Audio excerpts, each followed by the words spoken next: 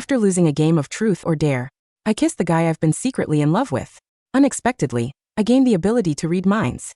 My crush, whom I had just forced to kiss upon, sat coldly in the corner, strictly silent. Yet I clearly heard a voice drifting through my head. Her lips are so soft. I need to figure out a way to get her to kiss me again. So there I was at this frat party sitting next to my forever crush, Archer, and I just had to pick dare. Like an idiot, I closed my eyes to draw a card, and the instant I pulled it, the whole VIP booth erupted in chaos. I listened to my best friend, Zoe, laughing like a maniac beside me. The hand holding the card was trembling slightly. For this bitch to be laughing that perversely, I must have pulled something incredibly embarrassing. Holy shit. Come on. Open your eyes, Chloe. Zoe slapped my shoulder, urging me on. I opened my eyes with the grace of someone going to the electric chair. The moment I read the card, my hands shook even harder. French kiss the person next to you. There were only two people next to me. One was Zoe, the other was Archer, the guy I've been crushing on for ages. Originally, Archer wasn't sitting here, but he said he couldn't stand the smell of smoke from some guy, so he switched seats right next to me. The crowd was cheering. Zoe was the loudest of them all. She put her hands on her hips and warned, "Let's be clear, don't even think about kissing me. No girl-on-girl action here." The second she said that, everyone's eyes locked onto Archer. The hooting and hollering got even louder. I clutched the card, my neck stiff as I turned to look at Archer. My palms were sweating buckets. I sat quietly in his seat. The lights in the booth were dim, so I couldn't read his expression.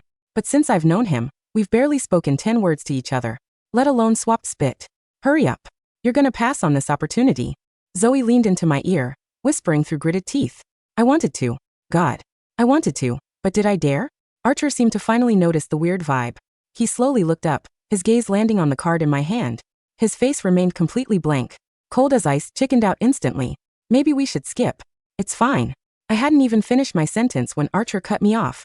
He lifted his eyes to look at me, his expression flat. "I have no objection." The cheering around us exploded.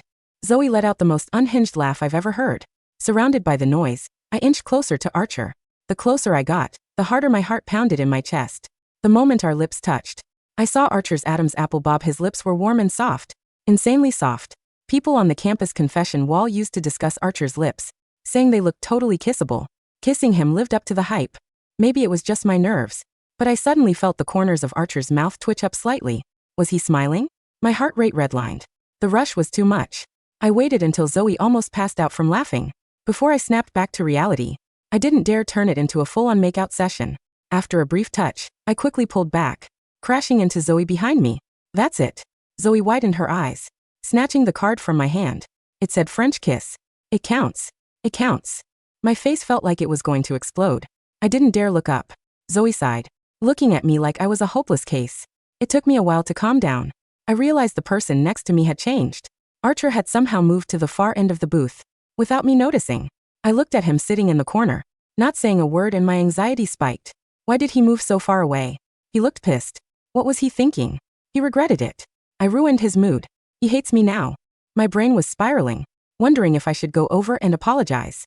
Suddenly a familiar voice rang in my ear. "She kissed me." That was Archer's voice. I followed the sound. Archer was sitting quietly at the end, his expression unchanged. Was I hallucinating? I stared suspiciously at the silent Archer. A second later, his voice resonated in my ear again. Her lips were so damn soft. Archer blinked ever so slightly. Gotta figure out a way to get her to kiss me again. I froze, unable to process this for a solid minute. Zoe slapped my arm after finishing another round of games. "What's up? Happy about the kiss? You stunned idiot. Did you?" I chose my words carefully. "Did you hear what Archer just said?" "Archer?" Zoe frowned, glancing up. "He hasn't said a word." "Chloe babe, are you drunk? Just rest here for a bit, okay?" Zoe went back to the game, leaving me sitting there in a crisis of self-doubt. Was I really hearing things? It felt too real. While I was thinking, the crowd started cheering again. "Come on, come on, come on. Archer's getting in on this round. Make room." I watched as the guy next to me shifted, clearing a spot. Archer stood up from the corner and sat right back down next to me. My heart skipped a beat. For some reason, I recalled his thought from a moment ago. Gotta figure out a way to get her to kiss me again. Once the game started, Archer, the genius computer science major, somehow lost every single round. He downed several shots of liquor as punishment. Even his buddy Brad was confused. "Since when do you suck this bad at games?" Archer looked unbothered. "Bad luck. Keep going." This time, unsurprisingly, he lost again, but he didn't choose the shot. His eyes locked onto the deck of dare cards. Brad instantly got the hint, waving his hand grandly and tossing the cards on the table. All right, let's see what dare our boy Archer gets. Hopefully a lap dance next door. Uh, uh, uh, uh. Archer remained calm. He stared down at the cards on the table, seemingly debating which one to pick. Next second I heard his inner voice again. Pick the card with the crease corner. I followed his gaze to the table. Crease. Which one had a crease? Archer took his time. Brad nudged him. Hurry up, man. Archer's eyes swept across the cards, finally locking onto one. His tension relaxed. He reached out, his finger landing on the exact card he'd been eyeing. Just this one, he said casually. Brad flipped it over eagerly, then burst out laughing. Oh shit. Oh shit. Guess what this is? He held the card, teasing everyone. Zoe got impatient. What is it? Spit it out. Oh man. This card. Zoe lost her patience, rolling up her sleeves. Hurry up or I'll beat your ass. After taking a few hits, Brad finally revealed the card. His gaze bounced between me and Archer twice, grinning like an idiot as he solved the mystery. When the card was flipped, I leaned in to look and froze. It was exactly the same card I had drawn earlier. The familiar bold letters. French kiss the person next to you. I stared at the card, now noticing a tiny, almost invisible crease in the bottom right corner. My heart rate redlined instantly. Brad nudged Archer, his tone teasing. What a coincidence, Archer? Yeah, pretty coincidental. Archer's face was a mask of calm. He glanced at the card and nodded. After agreeing, he suddenly looked up, locking eyes with me. Suddenly, my heart sounded like a drum. Archer's eyes were pitch black. He stared at me in the dim light for a few seconds, then asked flatly, "Is that okay? Is that okay?" His voice was steady, a low baritone that vibrated through the small space between us. But inside my head, his voice, was screaming. Please say yes. God, please say yes. If she says no, I'm dropping out and moving to Alaska. I will become a fisherman. I will never show my face again. The contrast between his cool, collected exterior and the internal panic attack I was eavesdropping on was so jarring I almost laughed. But I didn't. I looked at his dark eyes, usually so unreadable, and realized they were dilated with fear. I nodded. A small, barely there nod. Yes. Okay. Cool. Stay calm. Don't rush it. Don't drool. Do not drool, Archer. He leaned in. The booth went quiet, the jeering fading into the background noise of my racing pulse. This wasn't the tentative, accidental brush of lips we'd shared earlier. This was intentional. His hand came up, hovering for a split second before cupping my jaw. His thumb grazed my cheekbone. So soft. She's real. She's actually letting me do this. He tilted his head, and then his lips were on mine. If the first kiss was a spark, this was a forest fire. It wasn't sloppy or aggressive, it was devastatingly deliberate. He tasted like expensive whiskey and mint. He hesitated for a fraction of a second, waiting for me to pull away, and when I didn't, when I opened my mouth slightly, he groaned low in his throat. She tastes like peaches. I'm going to die. This is it. This is how I die. The kiss deepened. I felt the rough slide of his tongue against mine, and a jolt of electricity shot straight down my spine. My hands, acting on their own accord, found their way to his chest, gripping his shirt. I felt his heart hammering against his ribs. It was beating just as fast as mine. Don't stop. Don't ever stop. Does she know? Does she know I've wanted to do this since freshman orientation? Freshman orientation? We were juniors. He had liked me for 3 years? Before I could process that bombshell, Zoe's voice shattered the moment. Okay. Get a room, you two. You're gonna melt the ice in the drinks. We broke apart. My lips felt swollen and tingly. I was breathless, staring at him. Archer cleared his throat, his face returning to that impassive mask, though a flush was creeping up his neck. Play it cool. Don't look like a lovesick puppy. Just smile. He gave me a tight, polite smile. Thanks for helping me out with the dare. Helping him out. I wanted to scream. You rigged the deck. I want to kiss her again. Immediately. Is it weird if I ask her to marry me right now? Yeah, that's weird. Calm down. No problem, I squeaked out. The game moved on, but the dynamic had shifted tectonically. Archer didn't move back to the corner. He stayed next to me, his thigh pressing against mine.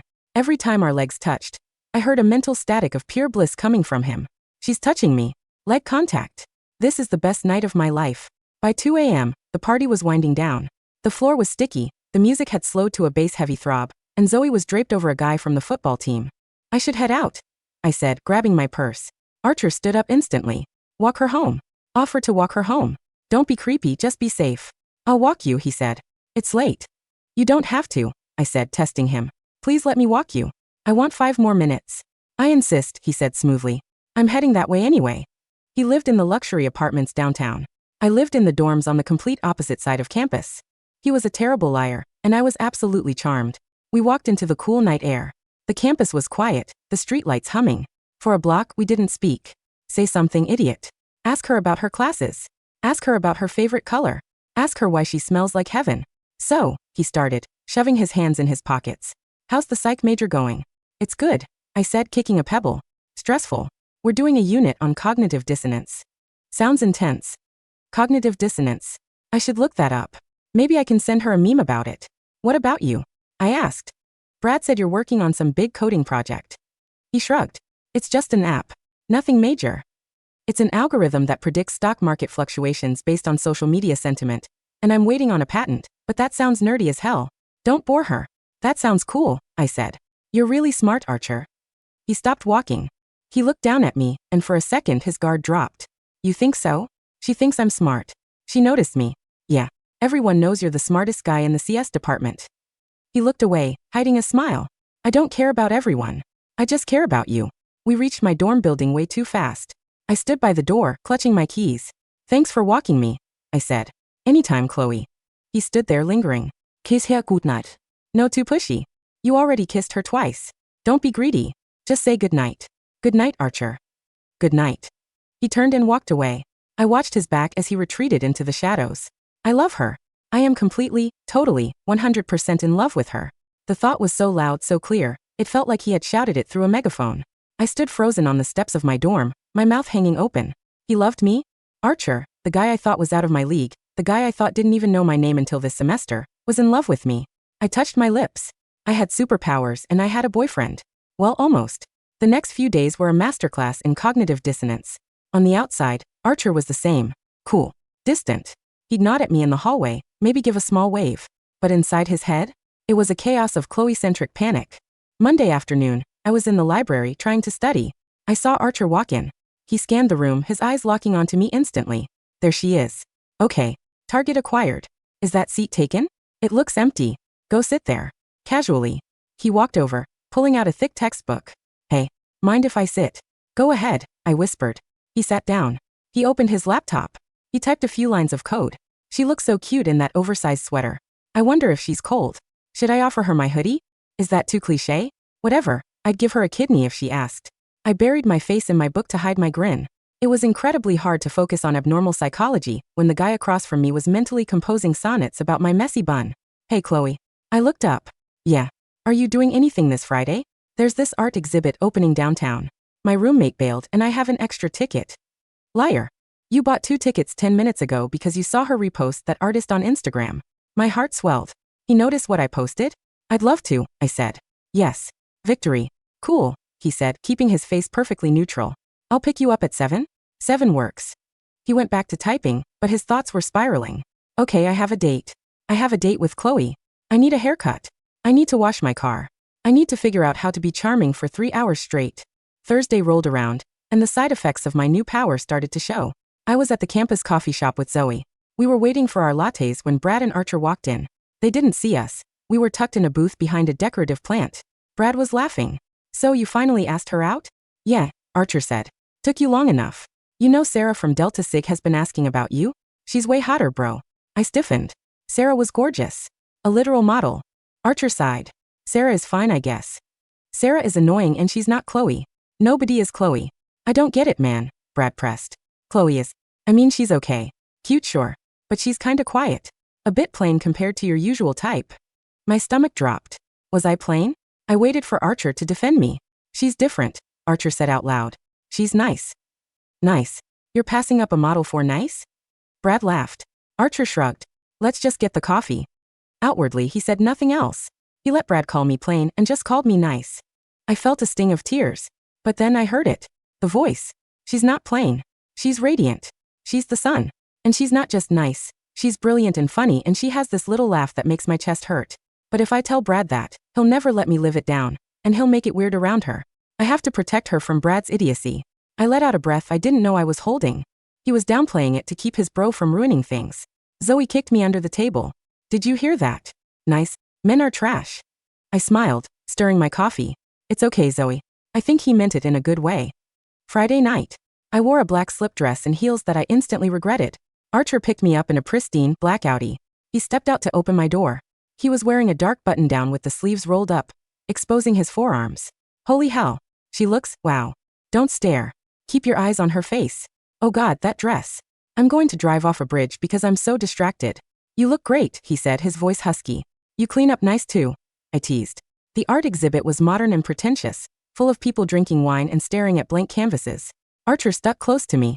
His hand hovered near the small of my back, never quite touching, but the heat was there. Touch her. Just put your hand on her waist. Is it too soon? I don't want to make her uncomfortable, but I want to be close. I decided to help him out. I took a step back, closing the gap, so his hand naturally rested on my waist.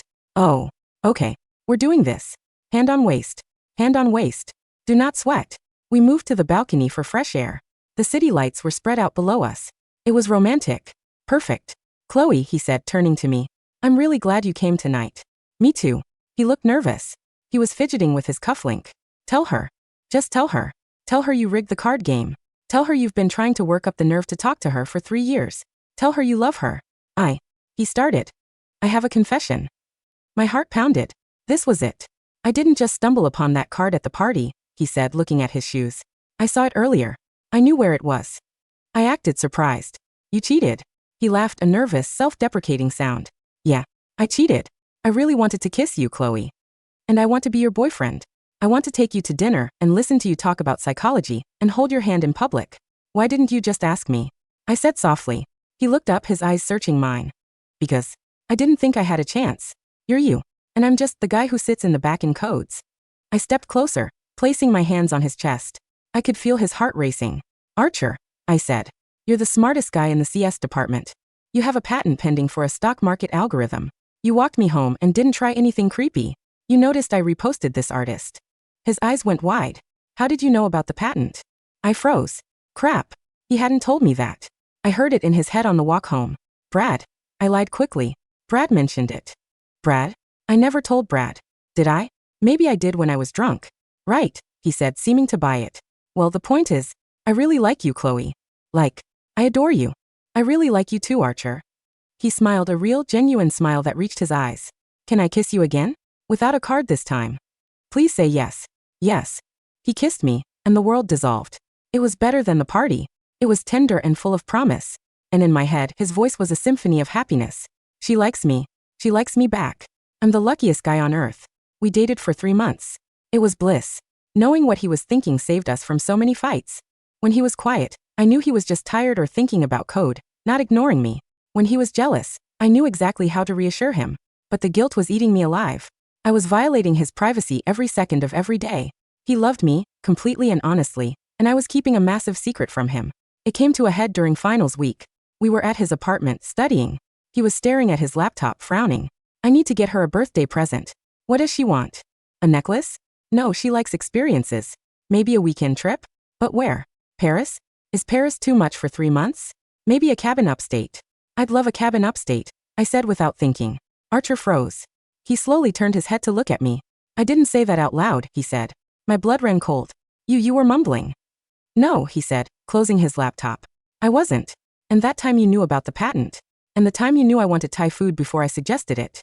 And the time you knew I was worried about my mom's surgery when I hadn't told anyone. He stood up. The look on his face wasn't anger. It was fear. Chloe, how do you know these things? I couldn't lie anymore. Not to him. The party, I whispered. The kiss. Something happened. When we kissed, I started hearing you. Hearing me. Your thoughts. Only yours. Nobody else's. Silence. Deafening silence. For the first time in 3 months, I couldn't hear him. It was like a radio had been unplugged. Archer. He backed away. You've been reading my mind? For 3 months. I couldn't stop it. It just happens. So you heard everything? I nodded, tears pricking my eyes. Everything. I heard how nervous you were. I heard how much you liked me. I heard you planning our dates. You heard my insecurities, he said, his voice shaking. You heard things I haven't even told myself. That's a violation, Chloe. I know, I sobbed.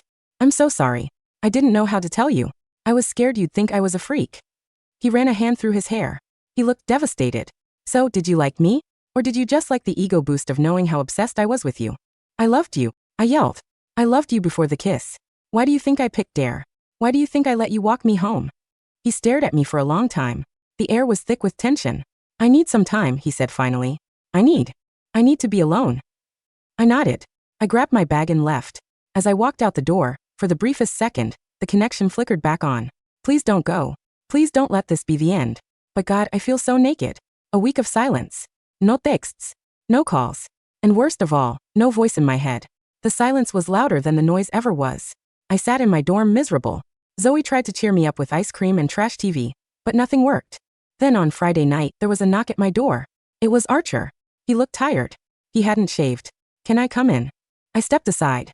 He walked in and stood in the middle of the room. I did some research, he said. Telepathy. It's scientifically impossible. But then again, I rigged a card game and ended up with the girl of my dreams, so probability isn't exactly on my side lately. I'm sorry, I said again. I promise, I'll try to block it out. Or we can break up. I don't want to hurt you.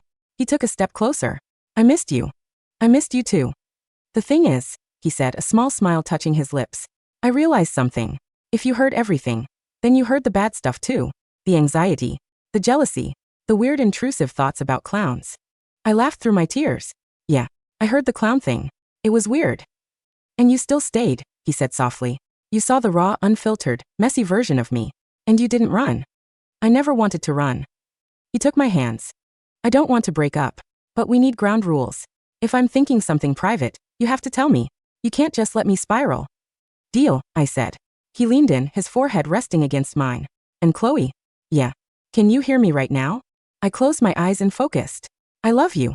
I love you more than I value my privacy. Just kiss me already. I smiled. I love you too.